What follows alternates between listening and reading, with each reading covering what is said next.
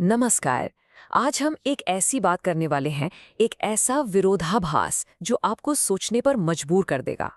हम ये जानेंगे कि जो पूरे ब्रह्मांड के स्वामी हैं, वही महादेव आखिर सबसे बड़े मिनिमलिस्ट यानी कि न्यूनतावादी कैसे हैं। चलिए इस गहरे रहस्य को समझते हैं। आपने ये शब्द तो जरूर सुना होगा, मिनिमलिज्म। आजकल हर तरफ इसकी धूम है। हर कोई कम चीजों में ज्यादा खुशी और शांति ढूंढने की बात कर रहा है। पर कभी सोचा है कि अचानक से पूरी दुनिया इस सादगी के पीछे भाग क्यों रही है? तो इसकी वजह क्या है? शायद जवाब हमारी आंखों के बिल्कुल सामने है।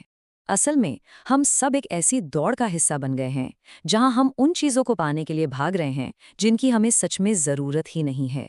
और इसका नतीजा ये है कि हम अपना सुकून, अपनी मन की शांति, सब कुछ खोते जा रहे हैं। और यहीं पर बात एक बहुत ही दिलचस्प मोड़ लेती है। जरा सोचिए, जिनके पास सब कुछ है, जो इस पूरे ब्रह्मांड के मालिक हैं, वही देव भला दुनिया के सबसे बड़े न्यूनतावादी कैसे हो सकते हैं? ये जो विरोधाभास है ना, यही महादेव के दर्शन का सार है। ये एक लाइन अपने आप में बहुत कुछ कह जाती है। वो देव जो चाहे तो सोने के महलों में रह सकते हैं, वो शमशान की राख में ही परम संतुष्ट हैं। ये हमें एक बहुत सीधी और सच्ची बात सिखाता है कि असली दौलत और असली सुकून का सोर्स बाहर नहीं, हमारे अंदर ही है। तो आइए महादेव के इसी अनोखेपन को, इसी विरोधाभास की पहली परत को खोलते हैं। एक तरफ आप सोचिए, अथाह समृद्धि है, और दूसरी तरफ उससे भी बड़ी सादगी। ये दोनों बातें एक साथ, एक ही जगह सच कैसे हो सकती हैं? अब इस स्लाइड पर देखिए, ये फर्क कितना साफ है। जहां पूरी दुनिया सोने चांदी के गहनों के पीछे पागल है, वहीं महादेव के गले में सर्प हैं, जो समय और निडरता का प्रतीक है।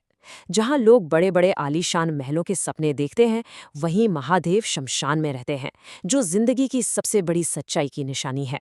तो इस विरोधाभास से हमें सबसे बड़ी सीख क्या मिलती है? महादेव हमें यही याद दिलाते हैं कि हमारी कीमत इस बात से नहीं है कि हमारे पास क्या क्या है, बल्कि इस बात से है कि हम अंदर से क्या हैं। असली दौलत तो हमारा चरित्र और हमारे मन की शांति है। अब हम इस फिलॉसफी के और भी गहरे हिस्से में उतर रहे हैं।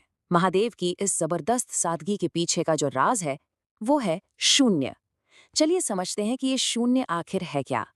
देखिए, यहाँ शून्य का मतलब खालीपन या नथिंग बिल्कुल नहीं है। नहीं, इसका मतलब है भीतर से पूरा होना, एक भीतरी कंप्लीटनेस।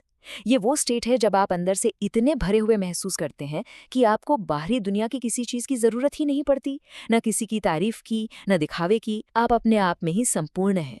और महादेव का पूरा स्वरूप, उनका रहन सहन, उनकी वेशभूषा, सब कुछ इसी शून्य का एक जेता जागता उदाहरण है। वो बिना एक शब्द कहे हमें यही संदेश देते हैं कि असली समृद्धि बाहर की चीजों में नहीं, बल्कि अंदर की पूर्णता में है। ठीक है, इस सारी बातें सुनने में तो बहुत अच्छी लगती हैं, है ना? लेकिन सवाल ये है कि हम अपनी रोजमर्रा की जिंदगी में इस ज्ञान को अपनाएं कैसे। चलिए देखते हैं कि हम शांति के इस रास्ते पर चल कैसे सकते हैं। रास्ताना बहुत ही सीधा और सरल है। पहला कदम, अपनी जिंदगी की उन बेकार की दौड़ों को पहचानिए जिनके पीछे आप भाग रहे हैं। दूसरा, महादेव के शून्य भाव को अपनाइए, मतलब अपनी खुशी और संतुष्टि को अपने अंदर ढूंढना शुरू कीजिए। और आप देखेंगे कि तीसरा कदम आपको उठाना ही नहीं पड़ेगा, शांति का रास्ता आपके लिए अपने आप खुल जाएगा। तो घूम फिर कर हम वापस उसी एक बात पर आते हैं जो इस पूरी चर्चा का सार है। हम चाहे कितनी भी दौलत क्यों न इकट्ठा कर लें, हमारा असली मूल्य, हमारी असली कीमत हमेशा हमारा चरित्र और हमारी भीतरी शांति ही तय करेगी। यही महादेव का सबसे बड़ा संदेश है और यही सच्ची समृद्धि है।